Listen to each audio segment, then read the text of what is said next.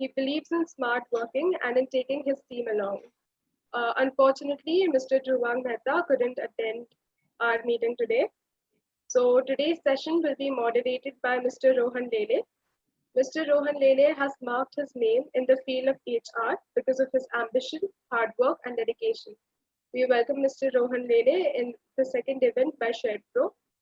Mr. Lele has now widened his horizon in professional space and is now a AVP at Zydex Industries, looking for entire business strategy as well as heading the human resource management. Beyond his professional spectrum, he also is known for his singing abilities by searching on YouTube. He is allowed to sing in between if moderation requires a bit of cool. Rohan sir, you can now open the session. Thank you.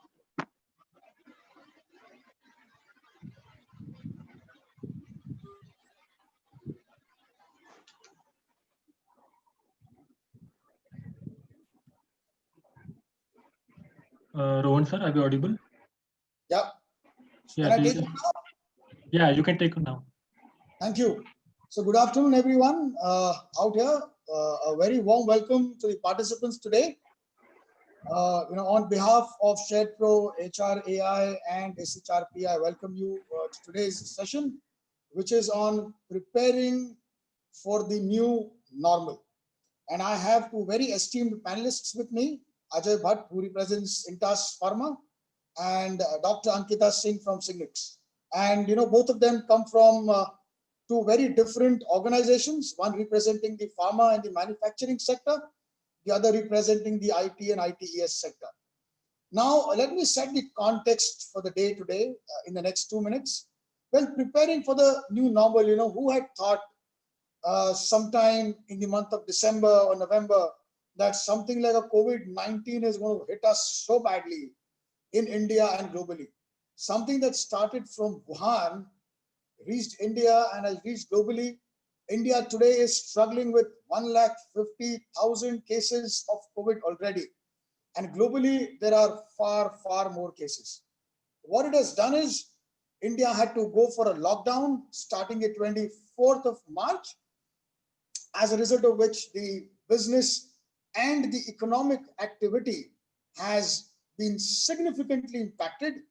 We are seeing a lot of big organizations laying off people, salary cuts all across, the unemployment numbers are on a constant rise, and this is what is the matter of worry. Suddenly we're talking about a new normal, and that new normal is working from home, and which is posing a much bigger challenge, and I'm sure Ajay would agree to it, for the manufacturing sector.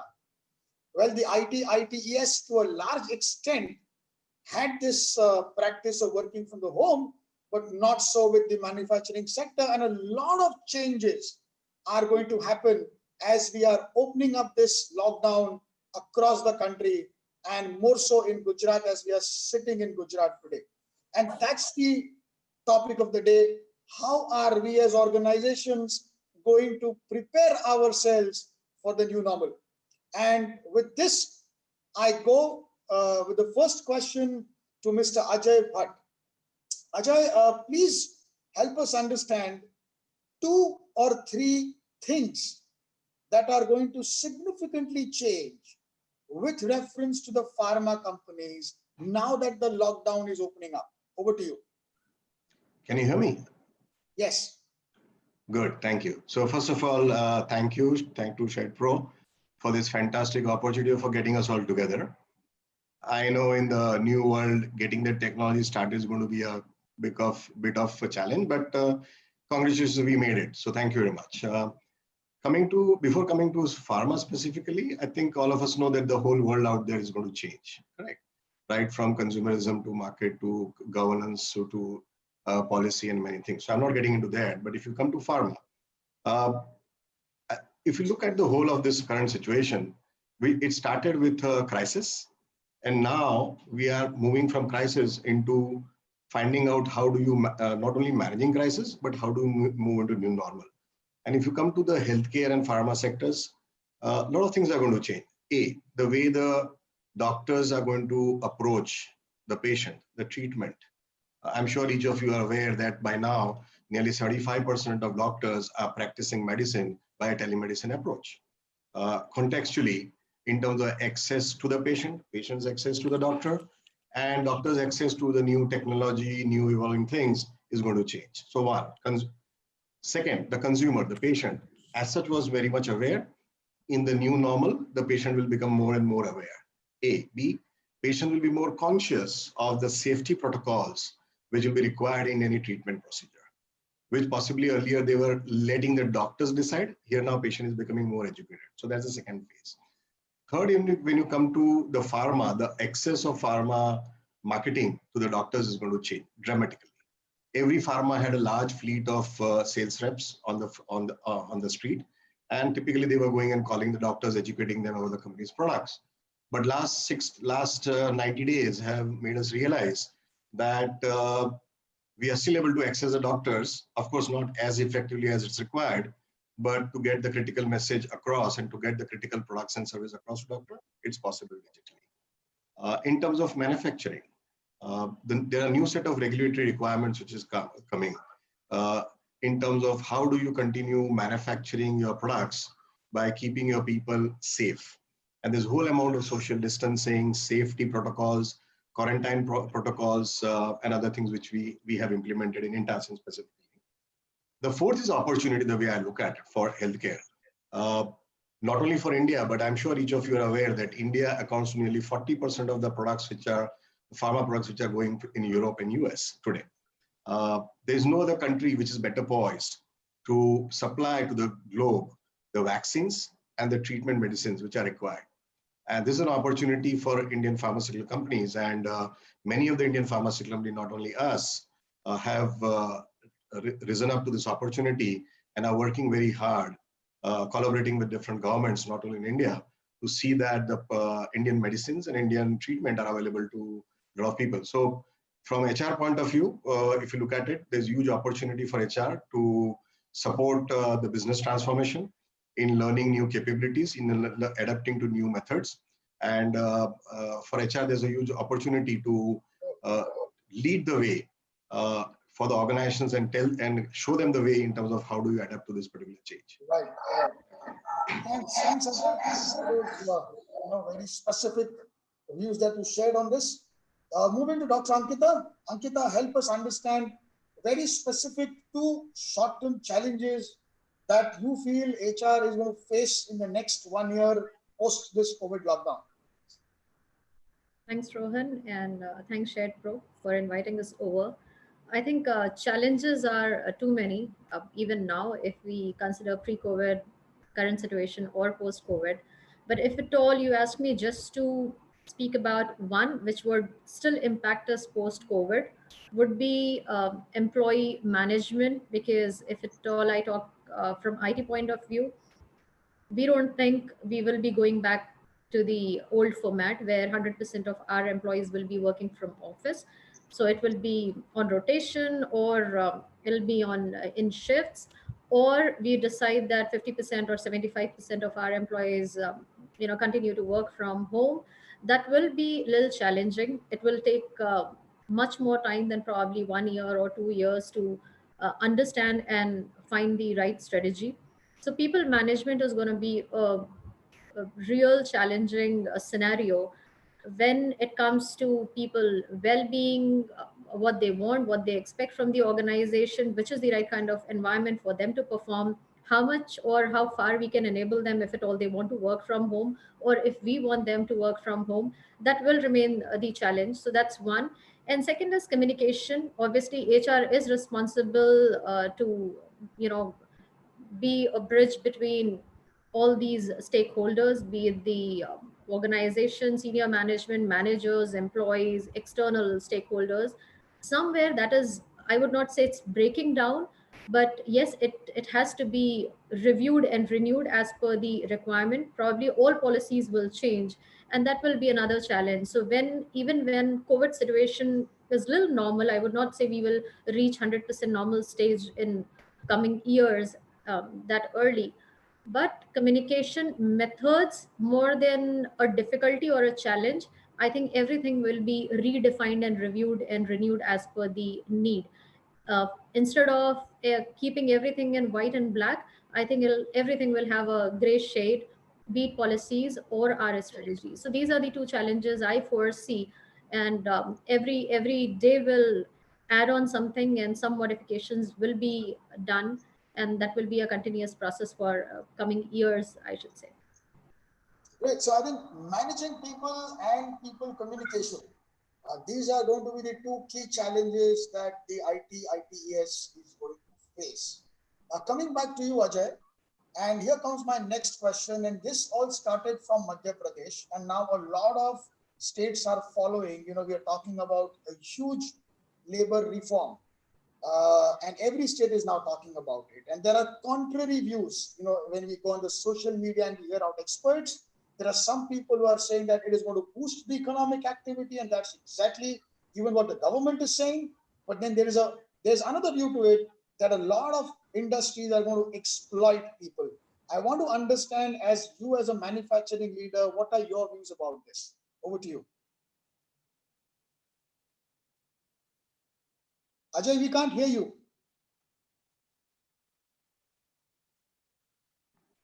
Can you hear me now? Yeah.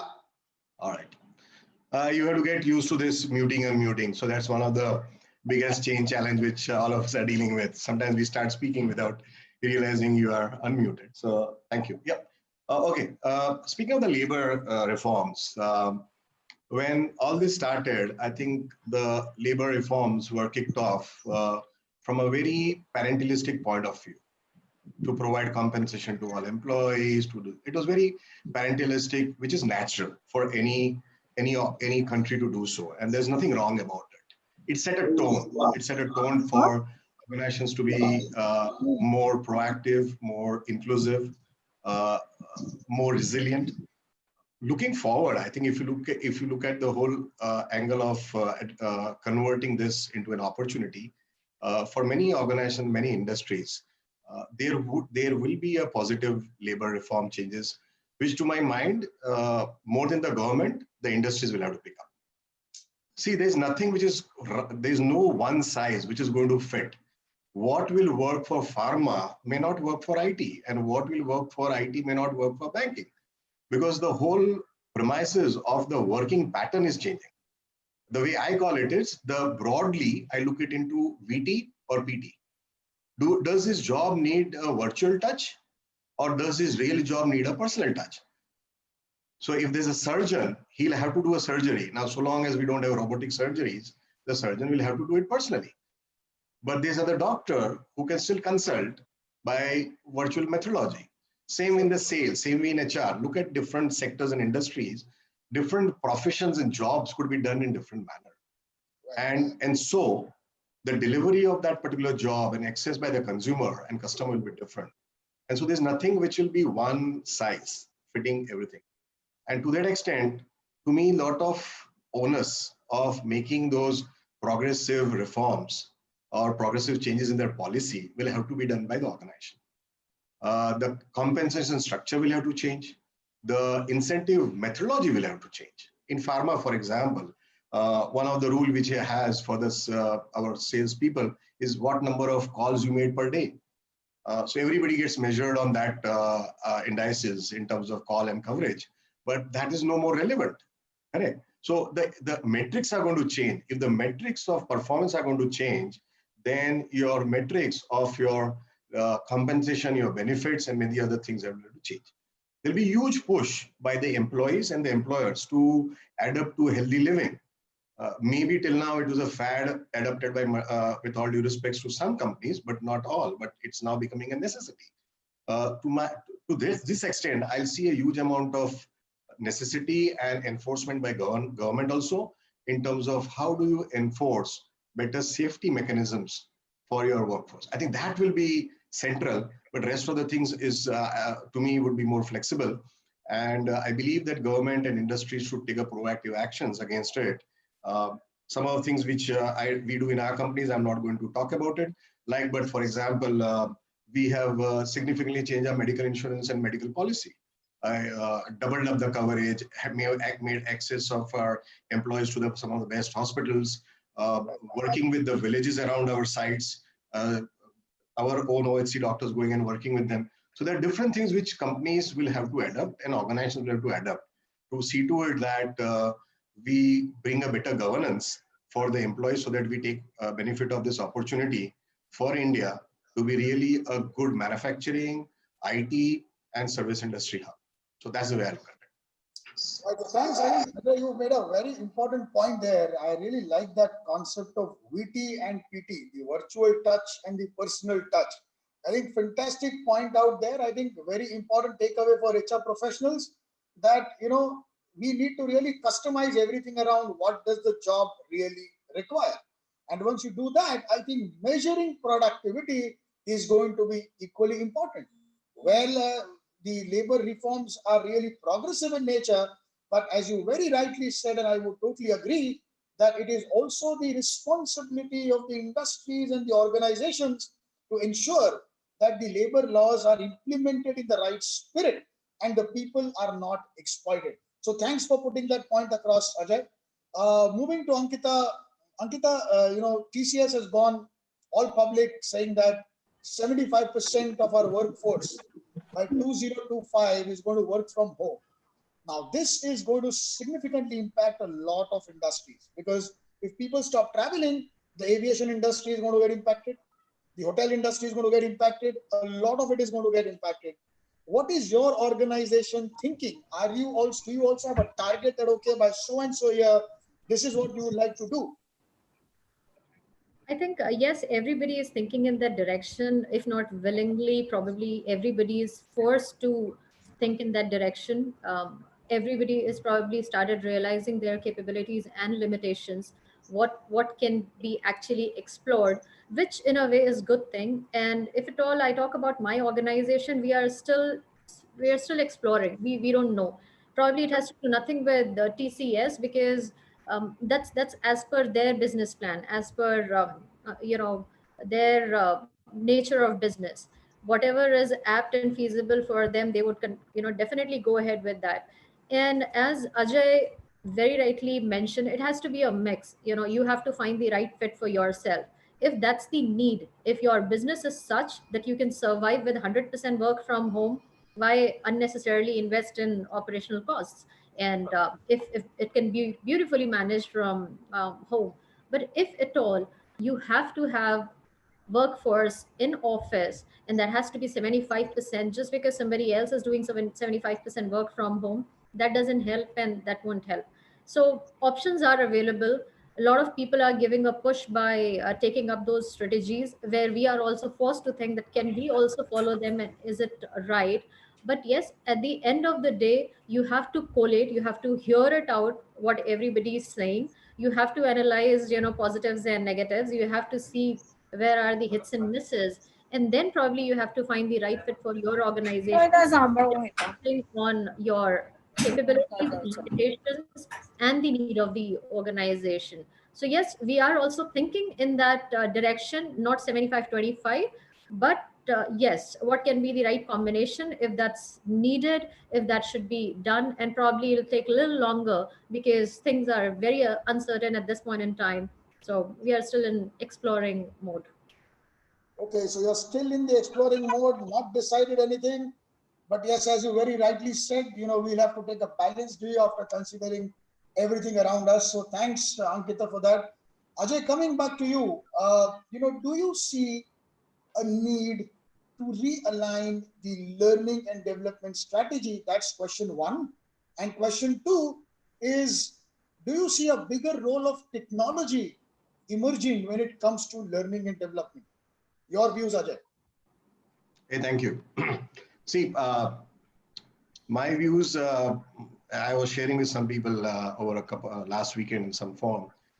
Even before this situation came up, the style of talent strategy which many organizations are following, it's itself is redundant. If you look at the kind of changes which are happening so rapidly across us, either in technology or the kind of situations which you are facing, the whole need gap analysis and top driven talent management is no more relevant. when the skills and capabilities are changing so dynamically and so fast, that the annual cycle of training need identification, talent assessment, and finding talent gap and succession planning, which was good in a near state situation, is no more relevant. Companies will have to shift, and in fact, some organization like ours is already doing it into terms of continuous planning, in terms of continuous learning. Technology is playing a huge part. The whole emphasis on face-to-face learning, unless I don't look into my teacher's eye, unless my teacher doesn't look into my eye, I'm not going to learn. Kind of philosophy is no more relevant. And look at all of us have to right now go sharing and learning. Correct. So the whole methodology of learning itself is under serious challenge. Lot of learning will be more collaborative. Lot of learning cannot be top driven. Technology certain will have a role to play. There are a lot of tools available across different service providers, which are very, very good, very nice. They are with leaderboards and all kind of technology, including gaming theory. So yes, I think the whole methodology will continuously keep on changing. A. B, even the competencies which we are looking at. Now, if you look at leadership competencies and capability, there'll be some core which will be there, like ethics, like trust, correct? Those are fundamentals. They'll have to remain. But there are some things which will change. And one of the major emerging competency coming is the connector. No more are the leaders expected to know everything and provide every solution. A best manager and leader is one who knows what he does not know and knows where to get it and get his people to that place. So these are the things which are changing according to me. And I see a huge amount of shift which is going to happen. Not counting what we were talking about the millennium generation at some time back. And then we were talking very passionate about digital disruption. Now millennium, digital disruption, and now post-COVID, you put it all together, you are facing a totally different world. And to me, that's very exciting.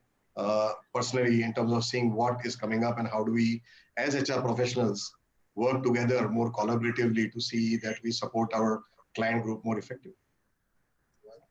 Great, I think Ajay, great views. I think, to really sum up of what all you said, I think the competence and the skills are changing more rapidly than ever.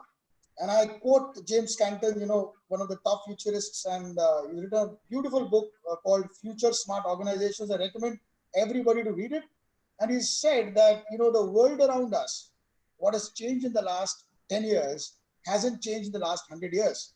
And this process of change is only and only going to get accelerated post-COVID. And we are going to be facing with new uncertainties and new challenges.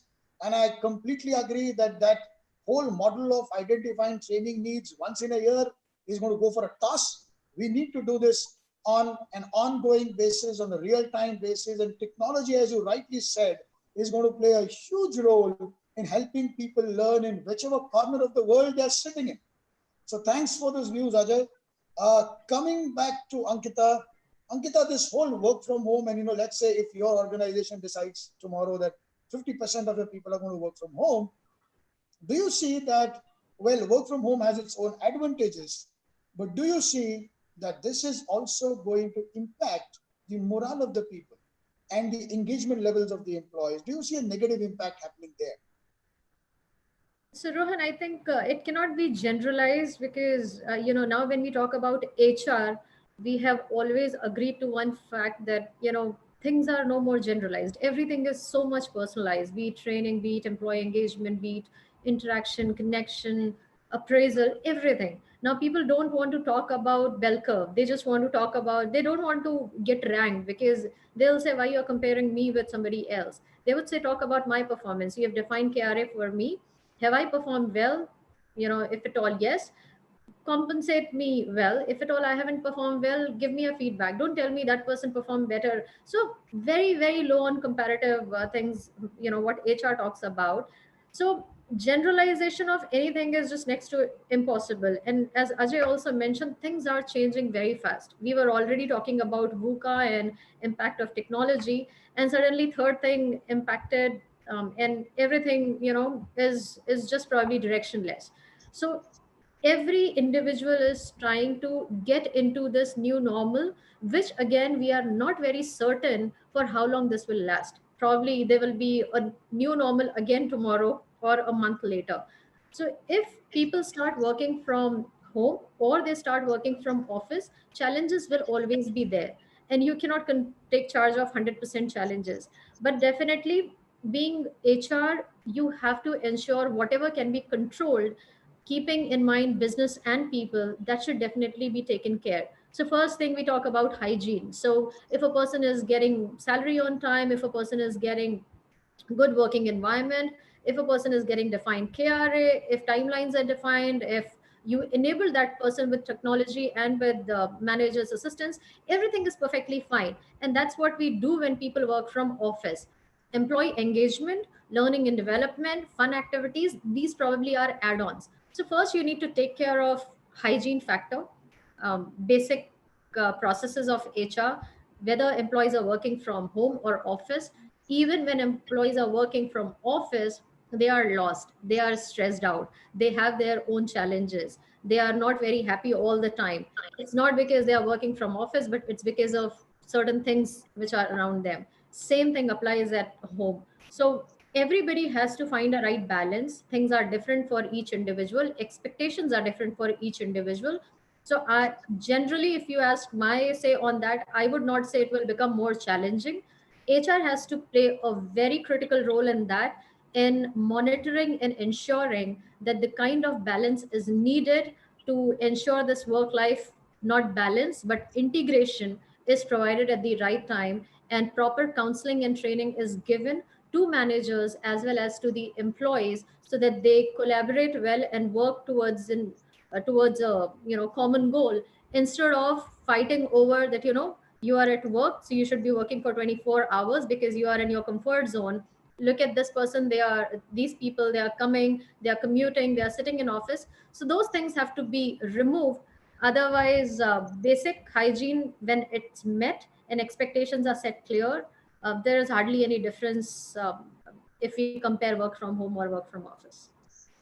Sure. So I think key takeaway from this would be, ensure that the hygiene is taken care, it is set, and make sure that, we are very process driven fundamentally, and basically enable employees, help employees, whether they are working from home, whether they are working from office. Make sure that you are able to counsel them, you're able to guide them, you're able to coach them from time to time. And I think that's going to be the new normal. Probably there's a little stress when you're working from home, because you're not just working from home, but you're also working for home. So you actually become a parallel maid sometimes to sit home and do a lot of household work. And particularly that's a problem in a male dominated society, because men are not used to doing a lot of work, and with maids not around, the wives or the spouses expect you to do a lot of work. So I think it's better to be in the office sometimes. Having said that, moving to next question, Ajay, this is a very specific question that I want to ask you. Any specific? Rohan, sorry to interrupt your thoughts. I just want to add to what Ankita was saying. Sure. So Ankita said it very beautifully, and when I was listening to her, I categorize what she's saying in three parts as an opportunity for HR. One, looking at developing new skills, helping the organization managers to identify what are the new skills required, like including getting on a WebEx call, okay, as simple as that, to most complicated skills. So that's one part. The second is there's a huge opportunity for HR to set up the governance. See, when you are working, everybody's in the office, there was a different governance. Now, when half in office, half in home, or full in home. So that whole mix will be unique to every organization. And looking at your own organization, what is that governance you want your managers to set up? That is another opportunity for HR too, and that will lead to new kind of work rules, new kind of flexi, agile HR policy. So that's what we'll have to start looking at. Okay. The third area, which is most important, and that is going to shape the future of many organizations, is to really go back and check what are the fundamentals of our culture of any organization, and do we need to realign those or some of the behaviors in those culture in light of this new opportunity. Maybe when we say trust, what does the behavior of a trust look like? Now, if a manager is not trusting his own employee to work from home, but trusting to work from office, I think we may need to go back and challenge those particular fundamentals. Say, hey, the trust now looks like this. So to me, these are three broad, very strong areas where I would suggest to my HR colleagues to start looking at, because many organizations and many managers are still grappling with this. And there's no standard solution also. What may be true for my organization may not be true for Ankita's organization, and both would be right. There's nothing like she's right or I'm right. I'm sorry, we two are from different industries, and same would be for third industry. Or even in an industry, there will be companies which will be different because their business models are uniquely different. IT may have a different business model, so it may not be necessarily what all due respect Tata does needs to be done by everybody, right? So I see that as an opportunity. I'm sorry I'm taking more time, but I thought I'll just add. No, I think a fantastic point made, Ajay, there. And I think I've been a firm believer of this fact that, when it comes to HR must understand the entire business value chain, the business, the way it works, and then define a people strategy around it. Ultimately, everything has to be driven to ensure that we achieve our business outcomes. And very well said that, it is different for different organizations because different companies are at a different maturity curve. Different companies have their different business strategies and business processes. So what will work for an X company will not work for the Y company. Very well said, Ajay. Thanks for your views. Here is a question for you, Ankita. And this is now, we are moving to the questions from the participants as to how would you ensure when people are working from home, how would you ensure that the performance management, and more so to say about the performance feedback, how will you take care of that? I think Ajay initially answered that question in a way that you just can't. I mean, very much like training, you can't wait for the entire year. In a lot of organizations, they're still following annual appraisals and annual feedback system. You have to do it real time. So use technology. You're able to connect to your people, to your team members every day, and that should be done. And I think HR plays again a major role in this, because you need to tell your managers to interact, be in touch with their team members, assign tasks. It should be more objective.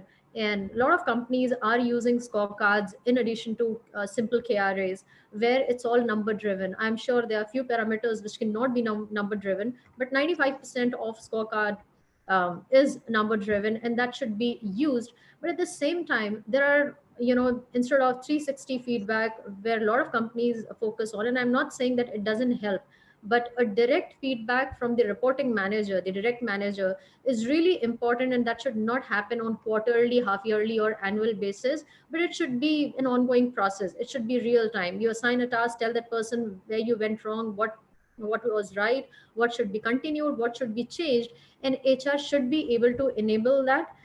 With I know a lot of people have come back to me saying that we do not have such tools. Trust me, that's not required. Even with the help of simple Excel sheet and mails, you can very well manage it. And in this situation where everybody is back at home, and as two of you rightly said, we cannot be asking them, you are sitting at home and you're not working for 8 hours, or you have to work for 12 hours. It has to be task driven. It cannot be, you cannot watch their time, but you have to watch their productivity and the output. So it has to be number driven. Yeah, it has to be communicated clearly. It has to be regulated well. It has to be monitored but not micromanaged. So all these things should be kept in mind, and HR should ensure that it is not happening on annual basis, but it is happening as and when required. Like in our organization, we have introduced something which is assignment review form. So every time a small assignment is getting over, manager is supposed to sit with the employee and discuss and fill in that form, and all those forms are attached in their annual process. So that helps, nothing gets missed, and the distance because of COVID will also be minimized if the interaction is more and if the appraisal is done on daily basis. Right. Thanks, Ankita, for those views. I think that answers your question, Shivangi. And just to, sort of summarize what Dr. Ankita just said, I think what is most critical is point number one, your feedback needs to be almost on a real-time basis. Do not wait to give a feedback to the employee कि जब half yearly cycle होगा, yearly cycle होगा, तब मैं feedback दूंगा या दूंगी. I think important that you give the feedback on a real-time basis. What it does is it provides immense amount of time and opportunity for the employee to improve once the feedback is given on a real-time basis. Point number two, I think it is important, IT and ITES organizations are far more progressive compared to the manufacturing companies, and particularly the small scale and the medium scale companies. I think what is important is that we use technology a lot more. Today, technology is almost available for free. The other day I was actually doing an interview because the Skype was not working, the other platform was not working, and I told a senior candidate, let's get on a WhatsApp video call, and absolutely free.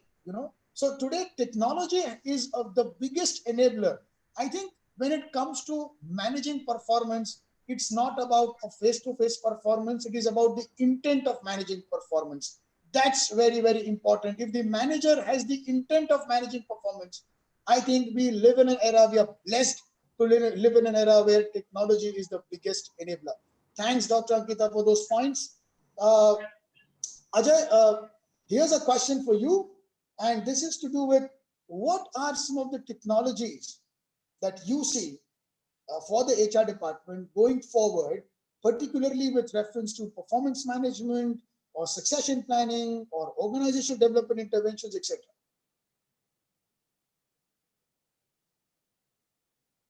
Ajay, you're not audible. You need to unmute. Yeah. So one technology we'll need is that which when you start speaking, it automatically unmutes. Like I said. No.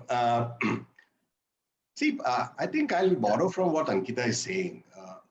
I'm not getting into any platforms because I would have had in my organization X platform and somebody else Y platform. So, but if you look at the technologies, the technologies of future would need a very good ease of use, first and foremost, between the manager and the employee. A. B. It could ride, to your point, it has to be something like which can be riding on any platform. You don't need to have a Microsoft only, then only it is going to work. Okay? So those are the second feature of the technology which will have to be. The third part of the technology will have to that it will have to be intuitive. It will have to keep on learning itself. So a lot of AI, MI will have to be built in those technologies so that, say, for example, if we are getting into a dynamic performance management methodology, which will move from quarterly or monthly to instance-based or achievement-based feedback and measurement of it, then those instances or episodes will happen at a different point of time. And how do you then, you cannot say that I will measure all your instances in morning at 6 a.m. or evening 7 a.m. or 12 a.m. Correct? Then it has to be very fast. So when that achievement happens, how does the manager gets a goal pop up and say, hey, you know what? Ajay in your team has done this fantastic 100% or whatever it is. And how quickly the manager is able to go back and say, fantastic, this done. Let's now reset, calibrate. So to me, that is the direction in which the technologies are moving. And there are a lot of companies who are doing it.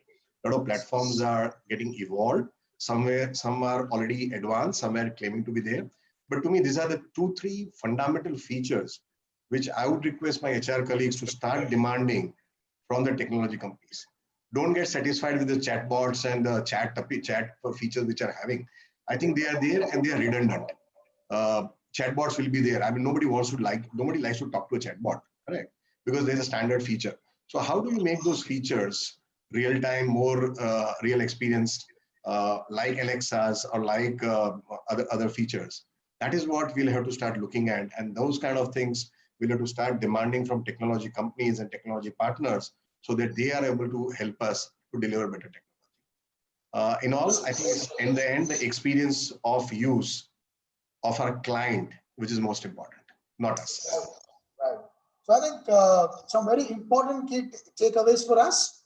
I think AI is going to be the future Well, Ajay said that, people don't like talking to chatbots, but just a very small correction here. People who don't like talking to their bosses like to talk to chatbots. That's what somebody told me sometime back.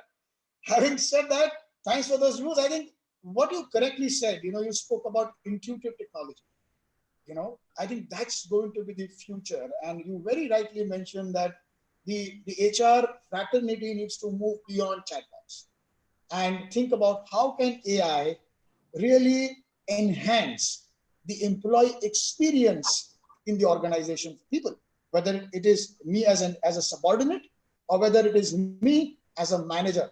Great views, Ajay. Thank you. Moving to Dr. Ankita. Now, we are seeing about a lot of organizations today which are laying off people.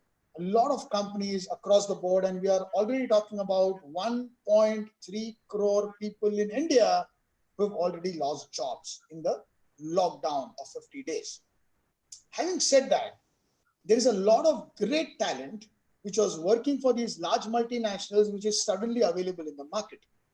Now, do you really see this as a gig opportunity where this talent, and particularly I'm talking in reference to the IT and the ITES industry, that this talent can be employed on certain projects, maybe on a part-time basis or as freelancers? Your views on that? Rohan, I would say gig economy or boundaryless organizations or boundaryless employment, if we talk, it was already there. But I think because of COVID, suddenly it'll be mainstream, people will be exploring those platforms for sure. And I think people have already started doing that. Yes, people are getting released for few very logical reasons.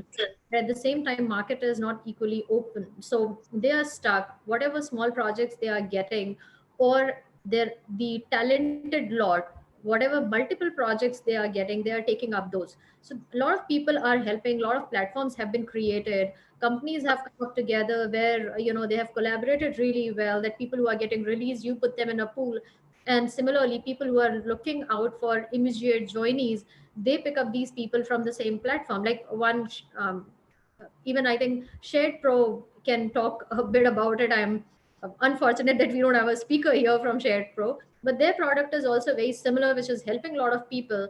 So yes, market is open, and today or tomorrow or probably a little later, things will um, get back to where it was, but the percentage of attaining that will be little low. People who are already out in the market and people who will already explore this option of boundaryless employment and working with multiple projects, I think they will explore it more, and the number of gig economy or gig workers will definitely grow exponentially in next 2 to 3. I think we used to talk by 2025 25% of workforce would be can be considered under gig workers, but I'm sure we will reach that level way before 2025. So that's the future. And yes, unfortunately people are getting released, but as I said, it's more like an opportunity where you are pushed to realize your own capability and limitation and find the best option for you. Right. So I think, thank you. Very important point made there that, gig economy is here to stay, and probably we'll see this whole concept of gig even rising much more rapidly post COVID-19 era. And here's another question for you, Dr. Ankita, and I'll give this question to you because this is specifically to the service sector. How do you see, how are organizations going to measure employee engagement? This has been asked by, Srinath Dave. How do you see the employee engagement measurement happening post the COVID era, particularly because, a lot of people are now starting to work from home? So how will you measure employee engagement? That's the question. So I think definition of employee engagement for each organization is again different. I think a lot of organizations still consider employee engagement as fun activities. So measuring that, I mean, people, if they meet you happily smiling and that, that Ludo activity was really good, or We enjoyed Rangoli. If that's the measurement criteria, yes, a lot of people would say, please, whenever you have these kind of activities, don't involve us. We have better things to do. That's again an observation and a feedback to HR. But employee engagement is far beyond that. I think training and development, ensuring that we focus on our values, we collaborate, we work together for the vision of the company. All these things are included in employee engagement. So what is the target? What is the vision of the company? Where you want to grow, and do you want to grow as a company, or do you want to grow as a group where you take people along? So is everybody showing some kind of development or some kind of elevation they are able to see while they are working with you? And if the company is uh, able to provide the purpose, vision, and they are able to ensure that people feel valued in the system, definitely it becomes much easy to evaluate the entire thing. And as Ajay mentioned rightly, be it AI or be there are so many tools, you have to get real time picture of your organization. Every day things are changing. Probably today I'll reply to one question as yes. Tomorrow there are so many things parallelly impacting me, and I would say no to that particular thing. But just because I have taken a yes on today's basis and I keep presenting it to management as the effectiveness score for rest 3 to 4 years, that won't help. And I think HR has to realize that when we talk so much about technology, it has to be used on real time basis. You need to understand and accept that every day is changing, expectation is changing, definition of employee engagement is changing, uh, vision of company as well as vision of employee is changing, the needs are changing. So measuring it at one point in time will definitely not help. You just need to review and redefine the entire process and keep checking on daily basis. Like somebody has a BP problem, every morning you check what's the BP count, and that has to be the format. You have to keep a tap on your company, on your employee engagement score on daily basis, because that's the only way to understand if it's turning out to be effective. Right. I think a very well articulated answer, Dr. Ankita. And, let me again state this in very bold, clear, and underlined. And what she rightly said is employee engagement is not fun activities. Still, a lot of people in our fraternity believe cricket tournament karwa diya, football tournament karwa diya, rangoli competition karwa di, employee engagement ho gaya. Well, employee engagement is much beyond fun. It is to do with, how much you value the organization, what sort of an emotional connect you have with the company, what do you think about the organization, are you really able to want to go that extra mile for the organization, so on and so forth. And as you rightly mentioned, the annual engagement surveys or the biannual engagement surveys are now a thing of the past. We will have to do this more on a real-time basis. And that brings me to the point what Ajay mentioned, that artificial intelligence can play a huge role in helping us measure employee engagement on a more real-time and on a more realistic basis. Thanks, Dr. Ankita, for that. And coming to my last question for the day, and then there is going to be a surprise for both of you. So that was not scripted. But coming to the last question, Ajay, and this question has been asked by Neetu Sharma, and she has asked this, that how do you see the market for the freshers? The people are passing out in 2020, because a lot of people are already losing jobs. How they need to prepare themselves to get a job opportunity. Over to you, Ajay. Rohan, really thank you for sharing that, because I see there are a lot of other young people like Kavita also asking the same questions. I think we have thanks. I think we have many young co-professionals and budding professionals on the call now who are very keen to understand about their career prospects, and it's very natural. So the way I would look at it, I think there are two dimensions to this. At a short run, I'm sure you are going to face challenges. The market is going to adjust. The way I look at, and let me step back here a little bit. See, there are, and this is not mine, but the way I hear, there are three ways the change will happen. Either it could be a you, or it could be we, or it could be flat. With the countries like India, which are self-sustaining in terms of manufacturing and consumerism, we are not a country which is heavily dependent on any of our industries for external. Our trade balances are equal. So a country like India, which has got its own consumption and its own manufacturing, has a very high propensity of either going in a U or either going into V in terms of your coming back. So my view is that A, you may need to hang in a little bit. Don't get frustrated. I see a slack of between 6 to 8 months, which you people will have to be prepared. And I know it's very frustrating because you are a postgraduate, you want to get going and get started. And there's huge opportunity of budding with a lot of new ideas which you can teach us in this particular new situation. But there are less opportunities. I would suggest that you might like to start using this time to deploy in gaining some new skills. New skills around technology, new skills around digital technology, new skills around networking, collaborative working. These are skills which may not have been taught to us while we were in classroom or while you were waiting to become a postgraduate. And there are a lot of those opportunities available again on internet, which are free. Many companies and many colleges and many institutions are doing this. So if you have a slack time for 6 months, try to see if you are able to gainfully take up some projects, even pro bono. Even if somebody is giving you any experience, please take it. Don't get into a competition that my colleague got an offer of 5 million Indian rupees and I should have a 6 million. Don't do that. Look for experiences, even if you are, unless if you can afford it. I understand there will be people who might like to take up a job for economic reasons. But if you are able to afford it for 6-7 months, look for experiences which gives you a free, valuable experience.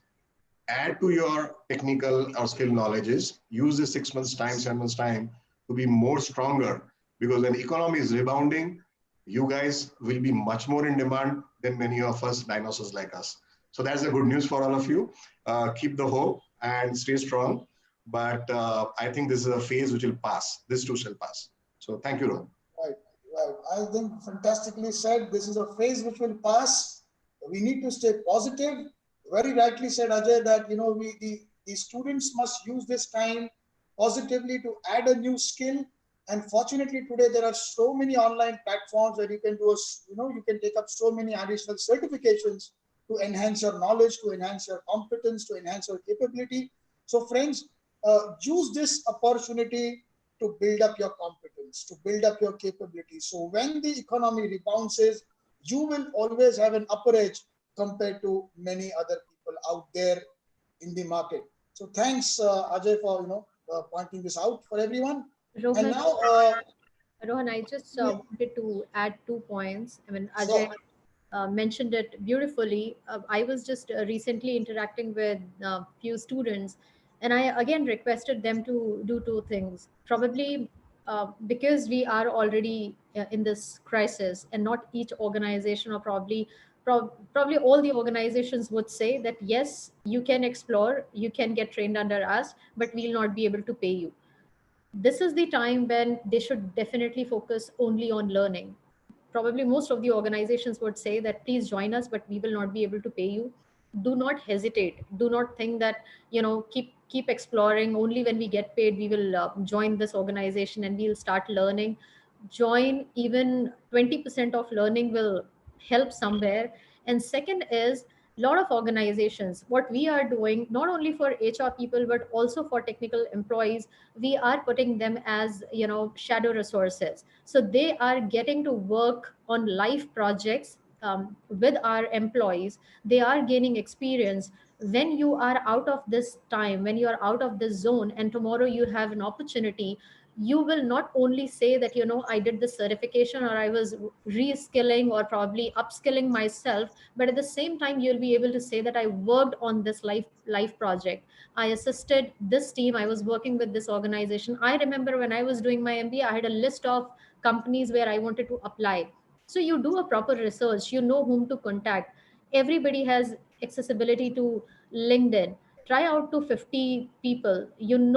Probably 40 would not reply, but out of 40, out of 50, even if 10 reply and one person says that yes, you can join me, it's a hit. So never give up on that front. Keep trying. opportunities are in abundance. Just don't compromise. Be open to learn. And as Ajay and Rohan both mentioned, just be positive. This too shall pass by, but this is the time when you should probably make best of it and come up with a most or better version, or probably the best version of you. That when 10 people are standing, and if a company is asked to pick one person, you should be confident that out of these 10 I will be picked up. And if at all you are not confident and then you don't get a job, probably then we miss somewhere, not the organization. So these things should also be kept in mind. Thank you. Thanks, Rohan. Remember one thing, Sachin Tendulkar,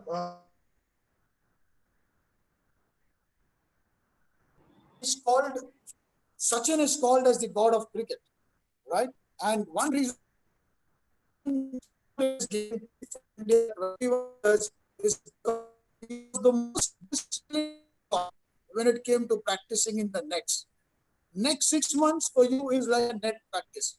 Practice as much as you can, build your capabilities, enhance your knowledge, build your competence, and you will definitely have a morning rising for you and the sun shining for you. And on that note, brings me to the last surprise of the day, which is a rapid fire.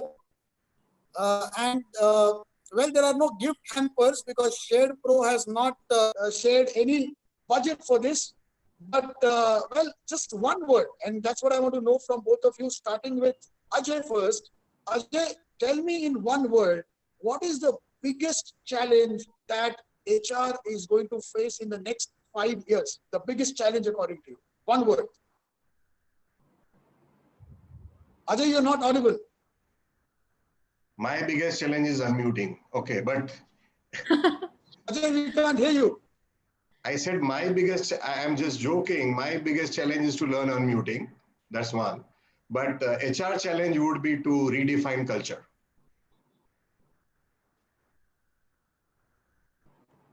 Ajay, we are unable to hear you. Can you hear? No? I can hear. I can hear. You can hear? Yes, I can. Okay. No, I can't hear you. Rohan, can you hear me now? I think Rohan, So Ajay, go on, please. Yes. I said the biggest challenge for HR or opportunity HR would be to redefine culture. I think Rohan is not able to hear. Let me type for it. I couldn't hear you, but I think you would have answered to that. And the biggest challenge is redefining culture. That's what you said, Ajay, right? Redefining culture is the biggest challenge. Over to you, Dr. Ankita. One word, the biggest HR challenge. Trust. Sorry? Trust. Yes. Trust is the biggest HR challenge. Well, tough competition here. I don't know who wins the gift hamper. I leave it to Shared Pro to decide. But guys, redefining culture and trust. So Ajay is saying just give us the biggest challenges as we move forward.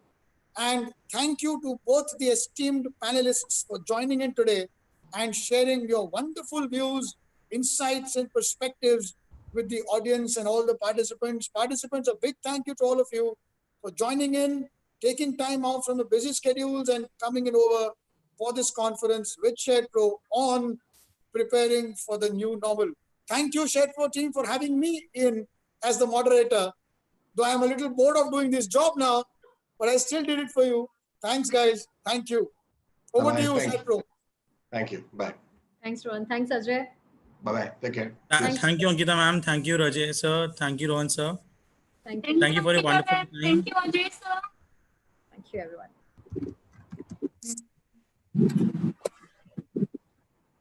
Hello. Wonderful feedbacks from audience as well. We'll share these live recordings with you so you can share in your network as well. Thank you for your time, Ankita ma'am and Rohan sir. Thank you. Thank you so much. Thanks, Vikas. Thanks, Ajit. Bye-bye. Take care. Yeah. Thanks, Rohan. Bye. See you. I don't know if Rohan can hear us now or not. Rohan, bye. I doubt he can hear us. Yeah.